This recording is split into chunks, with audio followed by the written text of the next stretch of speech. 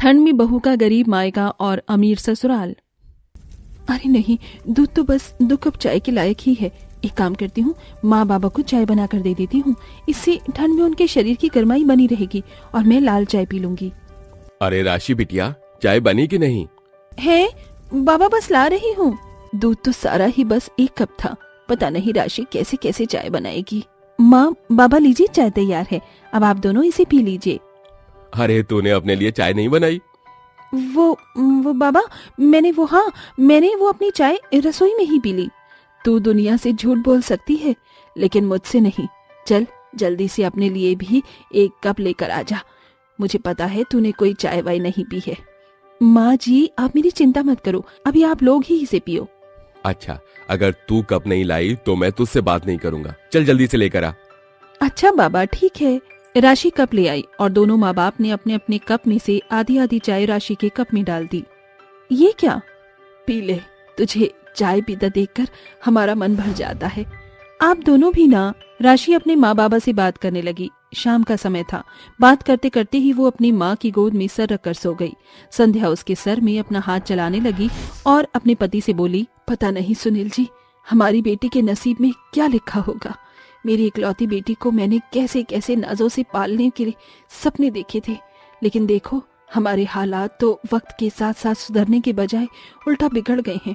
कल तक सिर्फ ओढ़ने पहनने को नहीं था और आज तो खाने के भी लाले पड़ गए हैं। लेकिन देखो, फिर भी हमारी प्यारी बच्ची हमसे किसी चीज की फरमाइश नहीं करती। मुझे यकीन है, भले ही हम इसे अच्छी जिंदगी न दे पाए, लेकिन इसके नसीब में भगवान ने अच्छे दिनों को जरूर लिखा होगा। इसको इसकी अच्छाई का फल जरूर मिलेगा। मुझे भी पूरा यकीन है, भगवान मेरी बच्ची को इस गरीबी से निकालकर अच्छे दिन भी जरूर दिखाएगा। दोनों माँ बाप ऐसे ही अपनी बेटी को देखते हुए बातें करने लगे। राशि उनकी गोद में सर रखकर सो रही थी।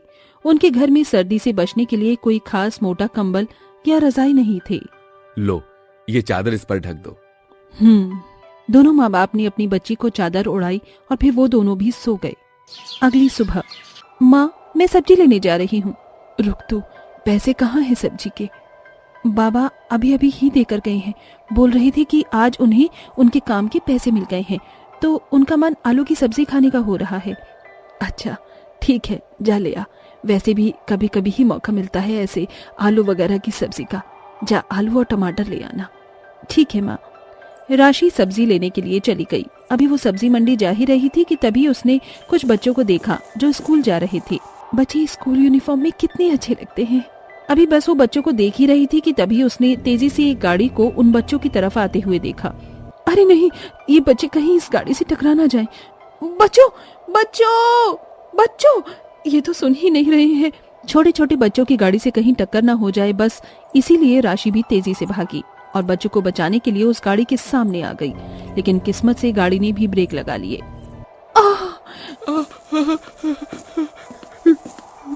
तुम ठीक तो हो ना? मैं ठीक हूँ। हाँ, मैं तो बच गई। फिक्र मत करो, मेरी गाड़ी के मैंने टाइम से ब्रेक लगा लिए थे।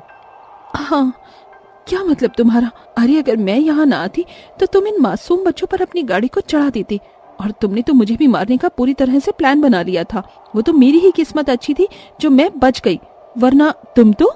मेरी माँ, अब चुप भी हो जाओ। अच्छा, मैं चुप हो जाऊं तो क्या बस आप ही बोलेंगे? मैं कहाँ बोल रहा हूँ बोलने को। अपना हाथ तो दिखाओ, शायद इसमें चोट लग गई है। क्या चोट? मुझे कोई चोट नहीं लगी, मैं तो जा रही हूँ। राशि मुड़ गई और अपने घर की तरफ ही जाने लगी। उसके पीछे पीछे राहुल भी आ रहा था। ये मेरे पीछे पीछे क्यों आ रहा है? तुम मेरा पीछा क्यों कर रहे हो?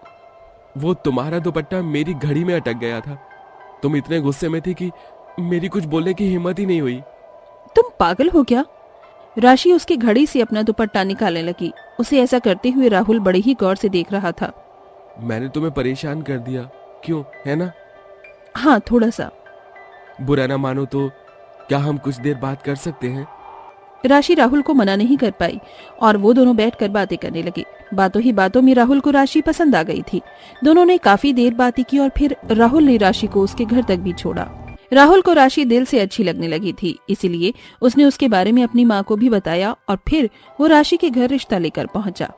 सच में जैसी राहुल ने बताई थी, आपकी बच्ची वैसी ही है। ये हमारी इकलौती बेटी है। आप बैठिए, हम कुछ इंतजाम करते हैं। आपको कुछ भी करने की जरूरत नहीं है, बस हमने लड़की देख ली है। मुझे आपकी बेटी अच्छी लगी। तो आप शादी कब कर रहे हो? जी, जब भी आप चाहें, हमें बहुत खुशी होगी। तो आप तैयारी कीजिए, हम अगले हफ्ते ही अपनी बहू को लेने आ जाएंगे और हमें कोई दहेज वगैरह भी नहीं चाहिए। आपका एहसान होगा। दोनों गरीब माँ बाप खुश हो गए और उन्होंने अपनी बेटी को विदा करने की तैयारी शुरू कर दी। ऐसे ही एक हफ्ता भी बीत गया और राशि अपने गरीब माँ बाप के गले लगकर अपनी ससुराल आ गई। वाह, कितना बड़ा घर है।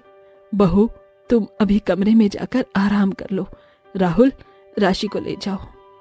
जी, आओ राशि। राहुल राशि को ले जाने लगा। वो बस अपने अमीर ससुराल को ही देख रही थी। क्या देख रही हो?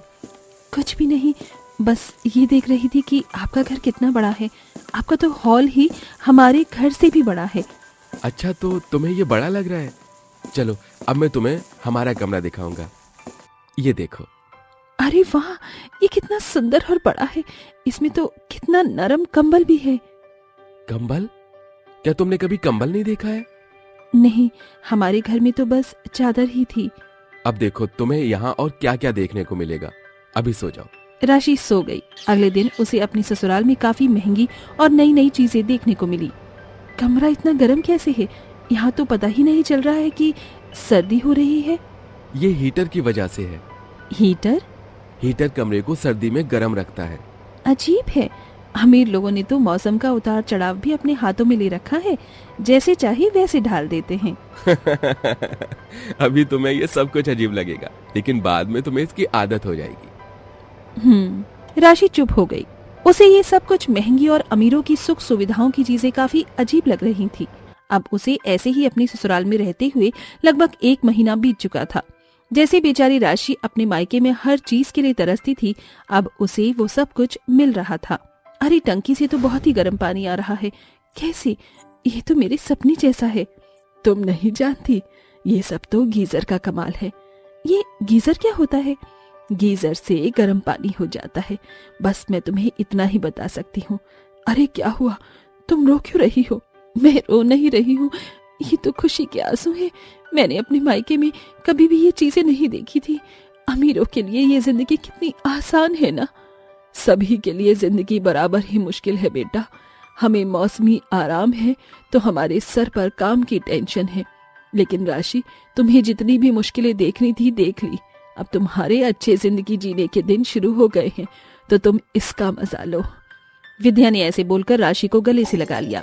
राशि की जिंदगी उसके माँ बाप की दुआओं की वजह से बदल चुकी थी और अब वो भी अमीरों वाली जिंदगी जी रही थी, जैसे सर्दी में मूंगफली, गजक खाना, सारी सुख सुविधाओं का अनुभव करना वगैरह वगैरह।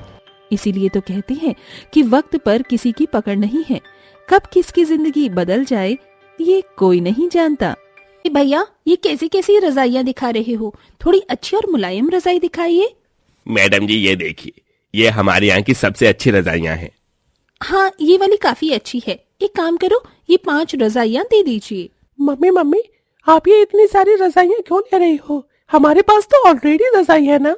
रोहन बेटा, ठंड का मौसम शुरू हो गया है, इसलिए मैं इतनी सारी रजाइयाँ ले रही हूँ, ताकि जब एक रजाई को ओढ़कर हम लोग बोर हो जाएं, तो हम न्यू रजाई ओढ़ लें। निमी की बात सुन निमी के घर में काम कर रही नौकरानी शालू सोचती है, ये अमीर लोगों की भी जिंदगी कितनी अच्छी होती है।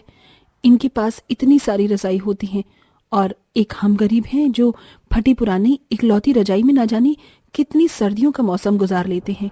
शालू मन ही मन अपनी गरीबी के बारे में सोचती है और सारे काम खत्म कर अपने घर जाती है, जहाँ वो देखती है कि उसके दोनों बच्चे ठंड में कपकपाते हुए रो रहे हैं। क्या हुआ बच्चों, तुम रो क्यों रहे हो? माँ, अपनी धूप में फटी हुई रजाई रखी थी ना, आपके जाने के बाद अचानक बारिश हो गई और सारी की सारी रजाई भीग के खराब हो गई। अब हम लोग क्या ओढ़ेंगे? हे भगवान, ये तो सारी अत्याचार हम गरीबों पर ही क्यों करती हो? ठंड में ये फटी हुई रजाई ही हमारा इकलौता सहारा थी। अब मेरे बच्चों का क्या होगा? इनके पास तो गर्म कपड़े भी नहीं है। शालू, भगवान को कोसने से क्या होगा? इन सब का कारण तो मैं हूँ। अगर मैं ठीक होता तो आज तुम्हें और बच्चों को इतना दुख दर्द नहीं देखना पड़ता। शालू का पति अमर का आधा शरीर पैरालाइज होता है, जिसके चलते वो कुछ काम नहीं कर सकता था, जिसकी वजह से शालू को ही नौकरानी का काम करके अपने घर का गुजारा चलाना पड़ता था। बच्चों, तुम यहीं बैठो, मैं कहीं न कहीं से कुछ इंतजाम करती हूँ। इतना कहकर शालू बाहर मंडी की तरफ निकल जाती है, जहाँ वो देखती है कि काफी सारे सब्जी वाले बैठे हैं, जिनके पास बहुत सारे बोरे रखे हुए हैं। भाई साहब, ये सब्जी का बोरा कितने रुपए का है? अरे ये तो हमारे किसी भी काम का नहीं है, अगर आपको इसकी जरूरत है तो आप इसे ले सकती हैं। शालू सब्जी वाले से बोरे ले आती है और उन्हें आपस में सिलकर उनकी एक चादर बना देती है और अपने बच्चों और पति को उड़ा देती है। माँ, ये तो बहुत चुभ रहा है। हाँ बच्चों, लेकिन अब इस सर्दी से बचने का यही हमारे पास इकलौता सहारा है। ऐसे ही दिन गुजरते हैं और दिन गुजरने के साथ साथ ठंडी का मौसम भी बढ़ता रहता है। अरे ओ महारानी, अभी तक तेरे कपड़े धुले क्या? मालकिन, पानी बहुत ज्यादा ठंडा है। ठंडे पानी में काम करने की वजह से मेरे हाथ पूरी तरह सूज गए हैं। क्या मैं थोड़ा गर्म पानी कर लूं? ओहो, अब इस नौकरानी को कपड़े धोने के लिए गर्म पानी चाहिए। गीजर का जो बिल आएगा उसे कौन भरेगा? तेरा बाप। चुपचाप से ठंडे पानी में कपड़े धो। अगर ज्यादा चपर चपर की ना तो इस महीने की तनख्वाह तुझे अगले महीने दूंगी। अपनी मालकिन की बात सुन शालू डर जाती है और बेचारी शालू को अपने सूजे हुए हाथों के साथ ही ठंडे पानी में काम करना पड़ता है। जिसके बाद शालू जैसे ही अपने घर पहुंचती है तो देखती है कि उसके पति अमर की हालत बहुत ज्यादा खराब है। हे भगवान, अब मैं क्या करूं? इनका बदन तो बिल्कुल आग की तरह तप रहा है। इन्हें मैं अकेले छोड़कर कैसे जाऊंगी? और अगर काम पर नहीं गई तो मालकिन मेरी 2 दिन की तनख्वाह काट लेंगी। माँ, आप फिक्र मत करो, आपकी जगह मैं काम पर चली जाऊंगी। लेकिन बेटा, तो अभी बहुत छोटी है, तो काम कैसे करेगी? कोई बात नहीं माँ, मैं सब कर लूंगी। आपको देख देख कर मैं सब सीख गई हूँ। जिसके बाद अगले दिन कोमल अपनी माँ की जगह काम पर जाती है। एक इन नौकरों के बहाने खत्म नहीं होते हैं। तुझे पता है ना घर के क्या क्या काम होते हैं? अगर कोई भी चीज टूटी फूटी तो मुझसे बुरा कोई नहीं होगा। आप फिक्र मत करिए, माँ ने मुझे सब कुछ बता दिया है, आपका कुछ भी नुकसान नहीं होगा। इतना कहकर 6 साल की कोमल घर के सारी काम करने लगती है। तभी कोमल देखती है, प्रिया, ये वाली रजाई कितनी ज्यादा गर्म है ना। अब से मैं यही रजाई ओढ़ूंगा। इस रजाई में ये मूंगफली गजक और लड्डू खाने में कितना ज्यादा मजा आ रहा है ना। हाँ भैया, और आपको पता है इस बार मम्मी मुझे क्रिसमस पर नए कपड़े भी दिलवाएंगी। अपनी उम्र के रोहन और प्रिया को देखकर कोमल का भी मन गजक, मूंगफली और लड्डू खाने का मन करता है और वो रोहन प्रिया के पास जाती है। सुनो, मुझे भी मूंगफली और लड्डू खाने को दो ना, मैंने सुबह से कुछ भी नहीं खाया है। छी, तुम कितनी गंदी हो, दूर जाओ। और तुम्हारी हिम्मत कैसी हुई हमारी रजाई को छूने की? क्या हुआ रोहन बेटा? माँ देखो ना, ये हमसे हमारे खाने की चीज मांग रही है और हमारी रजाई को भी छू रही है। तेरी इतनी हिम्मत कि तूने मेरे बच्चों की रजाई को छुआ? चल भाग यहाँ से, आई बड़ी मेरे बच्चों का खाने वाली।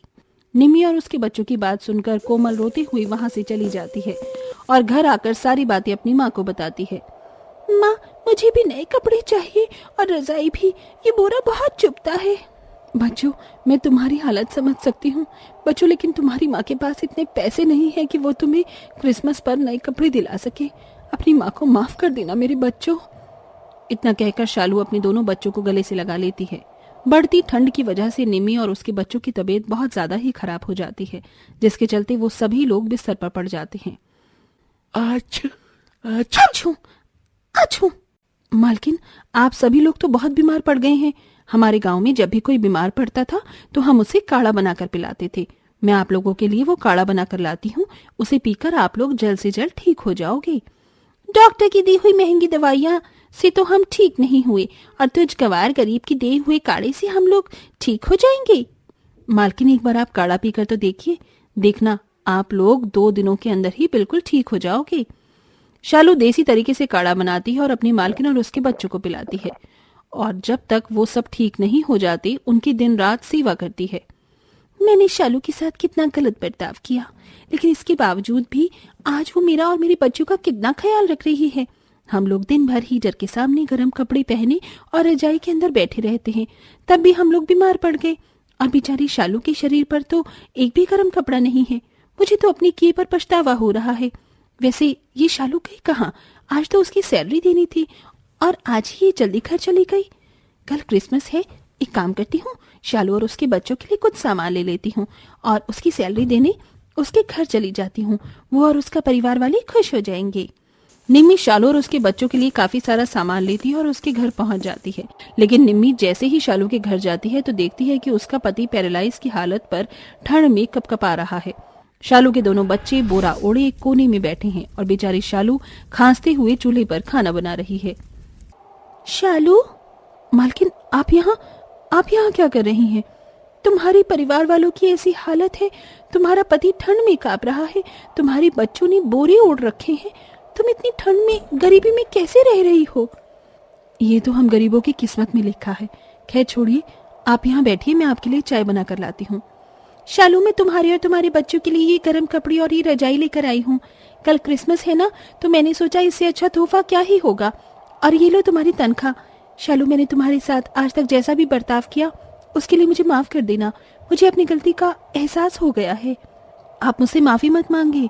आप कहाँ और मैं कहाँ, आपने हम गरीबों के लिए इतनी दरियादिली रखी, यही हम गरीबों के लिए काफी है। आपके एहसान को मैं कभी नहीं भूल पाऊंगी। शालू की बात सुन निम्मी शालू को गले से लगा लेती है, जिसके बाद निम्मी शालू की सैलरी और बढ़ा देती है, जिससे शालू की फाइनेंशियल कंडीशन ठीक होने लगती है। वहीं अब शालू और उसका परिवार सर्दी के मौसम में गर्म कपड़े पहनता है और अच्छी रजाई ओढ़ते हैं।